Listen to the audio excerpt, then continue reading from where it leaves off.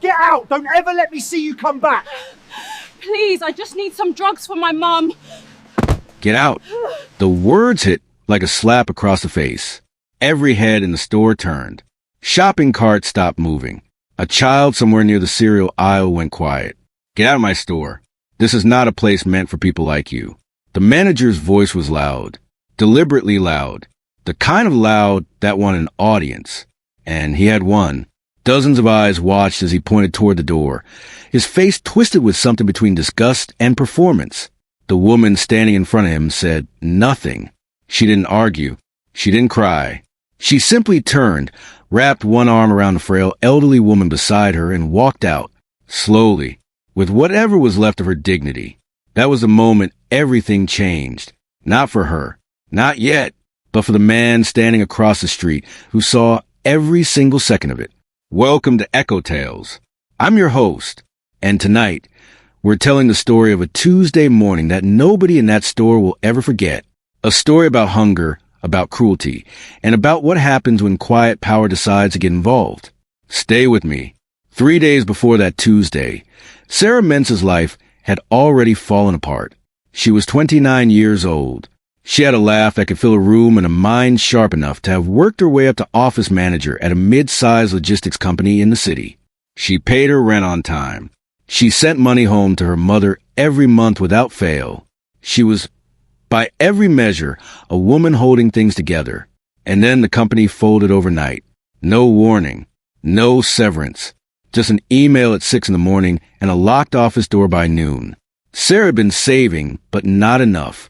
Her emergency fund lasted 3 weeks before the landlord came, before the bills stacked, before the fridge went from half full to empty to embarrassingly, frighteningly bare. Her mother, Grace, had come to stay with her 2 months earlier after a fall at home had made it unsafe for her to live alone. Grace was 67 years old.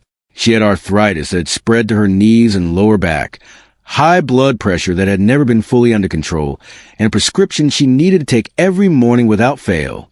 Without the medication, her blood pressure spiked. Her hands trembled. The color drained from her face. Sarah had watched it happen before, and she had promised herself she would never let it happen again. But the medication cost money, and Sarah had none left. By the third morning with no food and no medication in the house, Grace could barely lift herself off the sofa. She was trying to hide it, pressing her lips together, and insisting she was fine every time Sarah asked. But her hands gave her away. That slow, barely visible tremor that Sarah had learned to read like a language. Sarah sat across from her mother that morning and made a decision that cost her everything she had left. Her pride. She was going to walk into a store, and she was going to ask for help. The store was 7 minutes from their flat on foot, a mid-sized grocery, the kind with bright lighting, and a manager's office near the back with glass window. Sarah had passed 100 times. She had shopped there before, back when shopping was still something she could do without calculating every pence. She thought about that as she walked, about how recently ordinary things had become impossible. She helped Grace into her coat. Slowly, carefully. Grace did not ask where they were going. She simply let Sarah loop an arm through hers and guide her out of the flat and down the street. When they walked into the store, Sarah went directly to the counter and asked to speak with the manager. The young woman at the till gave her a look, but picked up the phone. A few minutes later, a heavy-set man in his late 40s appeared from the back. His name badge said Derek. He crossed his arms before Sarah had even opened her mouth. She told him everything. Quietly, calmly, she told him she had lost her job, that her mother was sick and had not had her medication in 2 days. That they had not eaten since yesterday morning, that she was not asking for charity forever, just today, just enough bread to get through the night and something, anything from the pharmacy shelf that might help her mother's blood pressure until she could find a way to pay for the real prescription. She told him she would come back and pay for every single item the moment she was back on her feet. She meant every word. Derek looked at her for a long moment. Then he laughed, a short, sharp sound that had no warmth in it at all. "You come in here," he said, his voice rising. "And you want me to do what exactly?" Sarah kept her voice low. "I'm asking for help. Just this once. Get out." He said it the first time almost casually. Then he said it again, louder, stepping around the counter. Get out. This is not a place meant for people like you. The store went still. A woman near the bread aisle stopped reaching for a loaf and just held her hand there, frozen in the air. A teenage boy near the refrigerators looked at his phone, then looked up, unsure what to do with what he was seeing. An older couple near the tills exchanged a glance but said nothing. Nobody said anything. They just watched. And Derek knew they were watching. That was the point. He stepped closer. Not close enough to touch her, but close enough to make the threat of space feel real. Sarah did not step back. She stood her ground, but her jaw was tight, and her eyes were doing something they had been doing a lot lately, trying very hard not to break. Grace reached out and touched her daughter's arm, just her fingertips. A quiet message. Let it go. Let us go. It is not worth it. And so they left. Sarah kept her arm locked through her mother's and walked toward the door at the same pace she had entered. Measured. Quiet. Her chin was up even though everything inside her was not. The automatic door slid open and the cold morning air hit them both. Grace exhaled slowly. Sarah said nothing. She stood on the pavement outside the store and looked up at the sky for a moment, the way people do when they are trying to hold something in. She did not know what to do next. She had no plan past that door. She had walked in with one idea, and it had been thrown back at her in front of a store full of strangers. Her mother needed medication. Her mother needed food. And Sarah was standing on a pavement with empty hands and nowhere left to turn. Across the street, a black SUV sat idling outside the entrance of the Meridian Grand, one of the more quietly expensive hotels in that part of the city. The kind of hotel that did not need to advertise. The kind where the staff knew your name before you arrived. James Wellington had been staying there for 2 nights. He was in town to close a deal on a commercial property acquisition that had been in negotiation for 4 months. The meeting was scheduled for 10 that morning. It was now 8:47. He had come outside early because he always did. He disliked being indoors longer than necessary. His assistant, a sharp young man named Oliver, was 2 steps behind him with a tablet and a running commentary on the morning's agenda. James was only half listening. He had built his first company at 22 from a rented room in East London with a second-hand laptop and an internet connection he shared with 3 flatmates. It was a software tool for small businesses to manage inventory. He sold it at 26 for just under £4 million. He used that money to buy into real estate at exactly the right moment, scaled it fast, partnered with the right people, and by 31 he was being mentioned in rooms he had never been invited into. By 35, Forbes had the number beside his name. He had not slowed down since. He was not the kind of billionaire who made noise. He did not own a football club or show up at charity galas for photographers. He gave quietly, and he moved quietly, and most people who passed him on the street had no idea who he was. That was exactly how he liked it. He was reaching for the door handle of the SUV when he saw it. He saw the manager's mouth first, the shape of it, the way a person's face looks when they are saying something they're enjoying too much. Then he saw Sarah. Then Grace. He watched the doors slide open. He watched the 2 women step outside. He watched Sarah look up at the sky. Oliver said something about traffic on the route to the meeting. James was not listening anymore. There was something about the old woman's face, the way Grace was holding herself upright, even though her body clearly wanted to do otherwise. There was a dignity in it that landed somewhere in James's chest and did not move. He had seen that posture before, in a photograph, in a memory that lived somewhere behind everything else. His grandmother had stood like that once, on a doorstep in Hackney with 2 bags of groceries that were not hers, trying not to look like she needed them.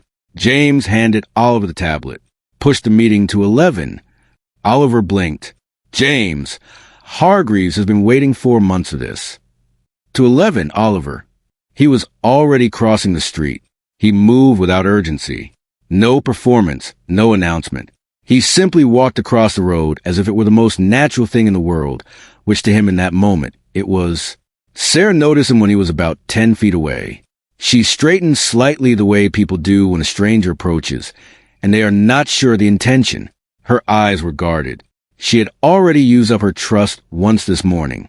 James stopped a respectful distance away. He did not smile too widely or speak too quickly. He looked at Grace first and then at Sarah.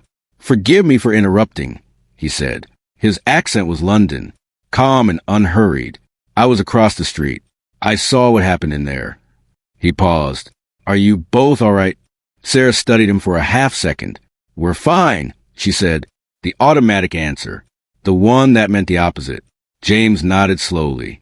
He did not push it. Instead, he looked at Grace directly and asked the one question nobody inside that store had thought to ask. "What is your name?" Grace blinked, as if the question surprised her, as if being asked something so simple was unexpected enough to disarm her completely. "Grace," she said softly. "My name is Grace." James repeated it quietly, almost himself. Grace. As if the name meant something. As if he was turning it over carefully before setting it down. He looked at her the way very few people had looked at Grace in a long time. Not with pity. Not with the particular discomfort people get around the elderly and unwell when they do not know where to put their eyes. He looked at her the way you look at someone whose story you genuinely want to know. And then, without a word, without a single thought about his suit or his schedule or the 4-month deal waiting at 11, James Wellington lowered himself onto one knee on that cold pavement and looked up at Grace at eye level. Grace's breath caught. Sarah went very still. "How long since you've eaten?" he asked her gently. Grace opened her mouth, closed it, looked at Sarah. Sarah answered for her. "Yesterday morning. Both of us." James nodded. He stayed exactly where he was for another moment, just present, just there. Then he rose slowly and turned to Sarah with a calm that was not coldness, but something closer to resolve. "I'd like to help if you'll allow me to. Not because I pity you, because it's the right thing to do and there is nothing complicated about that." Sarah looked at him for a long moment. She was 29 years old, and life had already taught her to be careful with strangers offering things. But there was something in his voice that was not performance. There was no camera, no audience. Just a man on a pavement asking permission to be decent. She nodded once. James turned and walked back into the store. If you have ever felt that the world had forgotten how to be good, if you have ever stood in a place of need and been made to feel like a burden for existing, if you have ever almost given up on people, I need you to stay right here. Because what happens next is exactly why we tell these stories. Subscribe to Echo Tales right now and never miss a moment like this one. Hit that button. This is exactly what this channel is for. James walked through those automatic doors, and he did not stop at the counter. He did not ask to speak to Derek. He picked up a basket, then set it back down and took a trolley instead. He moved through the aisles with the quiet efficiency of a man who had made 10,000 decisions before breakfast and found none of them difficult. Bread, not one loaf. 4, full-fat milk, eggs, fruit, vegetables, a cooked chicken from the hot counter, juice, oats, soup, crackers, butter.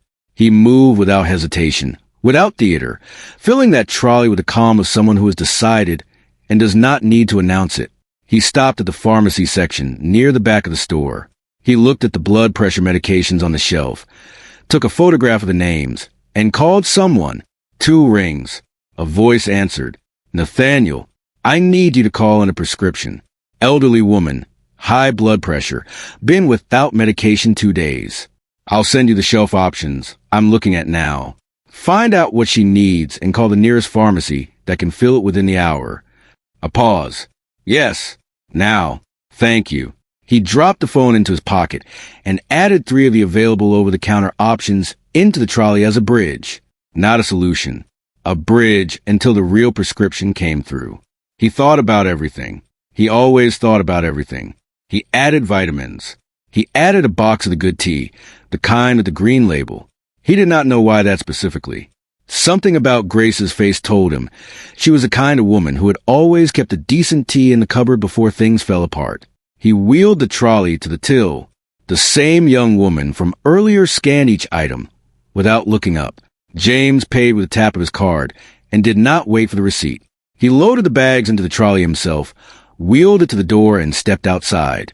Sarah saw the trolley and went quiet in a way that was louder than anything she could have said. Her hand went to her mouth. Just briefly. She pulled it back down.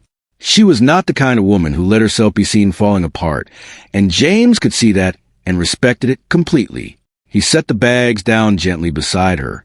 Then he reached into his jacket and produced a small card. Plain, white, just a name and a number. "My personal doctor is coming to you this afternoon," he said. "I've already arranged it. He'll check on your mother properly and make sure she has the right medication by tonight." He held the card out to Sarah. "This is my number. Not an assistant. Not an office. Me." Sarah took the card slowly. She looked at it. Then she looked at him. "Why are you doing this?" she asked. Not ungratefully. Genuinely. The way someone asks when they have forgotten that kindness can be unconditional. James was quiet for a moment. When he spoke, his voice was even and unhurried. "Because someone did it for my grandmother once. And I have spent every day since trying to be worth that." Grace, who had said very little since they stepped outside, reached out and put her hand over James's. Her grip was weak, but her intention was not. "God bless you," she said simply. James covered her hand with his other one, just for a moment. Then he stepped back. He turned back toward the store one final time. Oliver was still standing near the SUV across the street, tablet in hand, watching the whole thing with an expression somewhere between bewilderment and quiet admiration. He had worked with James Wellington for 3 years. He had seen him negotiate million-pound deals without blinking. He had seen him walk out of rooms that other men spent careers trying to enter, but he had never seen him kneel on a pavement for a stranger. He made a note to himself, the way you do when you witness something that rearranges something small inside you. James did not go back into the store loudly. There was no speech, no gathered crowd waiting for a monologue. He simply walked in, moved past the tills, and stopped in front of Derek, who was restocking a shelf near the back with the particular busyness of a man pretending he had not been watching through the window for the last 10 minutes. Derek looked up. Then he looked at James the way people look at someone when something about them registers before they can explain why. The posture, the stillness, the way the air around certain people carries a kind of weight. "Can I help you?" Derek asked. His voice had lost some of its earlier confidence. James looked at him for a moment without speaking. Not aggressively. Not with performance. Just looked at him the way you look at something you have already made a decision about. "This store," James said quietly. "Who do you think owns the building it sits in?" Derek blinked. "The property group. Dunmore Holdings." "Yes," James said. "Dunmore Holdings." He let that sit in the air for exactly 3 seconds. "I acquired Dunmore Holdings 14 months ago, which means I own the building you are standing in." Another pause. "I would strongly suggest that whoever manages this location going forward understands that how you treat people is not separate from how you run a business. It is the business." He did not raise his voice once. He did not wait for a response. He turned and walked back toward the exit with the same unhurried calm he had entered with, as if the conversation had concluded exactly the way he intended it to. It had. Outside, Sarah was already loading bags into a folded trolley she had borrowed from a kind elderly woman passing by who had seen everything and offered it without being asked. Small kindnesses multiply in the wake of a larger one. That is often how it works. One person decides to be decent, and something loosens in the air around them, and other people remember that they can be decent too. James paused beside Sarah one last time. "There's one more thing," he said. He reached back into his jacket and produced a second card. This one was slightly different. A deeper cream color. A different name on it. Her name is Patricia. She runs the People Operations Division of my UK tech company. I have already sent her a message this morning. She is expecting your call this week. He handed it to Sarah. "It is not charity. It is a job. You will be interviewed like everyone else, and you will earn it like everyone else. But you will get the chance." Sarah held both cards now, one in each hand. She looked down at them for a long moment and then back up at him. "I don't know how to thank you," she said. "You don't have to thank me," James said simply. "Just remember this day when it is your turn." He crossed the street, got into the SUV, and the door closed quietly behind him. Oliver said nothing for a full 30 seconds as they pulled away. Then he glanced at James in the mirror. The meeting with Hargreaves went well, by the way. He was happy to shift to 11. James was looking out the window. Good. Oliver hesitated. That was a remarkable thing you did back there. James said nothing for a moment. Then quietly, almost to himself, it was just breakfast, Oliver. But it was not just breakfast. And everyone who had been anywhere near that pavement that morning knew it. 3 months later, Grace was sitting upright at a kitchen table with color in her face and a cup of tea in her hand. Real tea, the kind with a green label. Her blood pressure had stabilized within the first week of proper medication. She had started a gentle exercise routine that the Dr. Jameson had recommended. She laughed more. She slept through the night. Sarah had taken the interview. She had walked into that office the same way she had walked out of that store. Chin up, quiet, ready. She got the job. Not because James called in a favor, but because when Patricia put the brief in front of her, Sarah had solved 3 of the 5 problems in a room. Before the interview was over, Patricia called James afterward and said only, "Where did you find her?" He smiled and said nothing. Somewhere in the city, a 16-second video clip was making its way across the internet. Someone in the store had filmed part of it on their phone. Not the full story. Just a moment.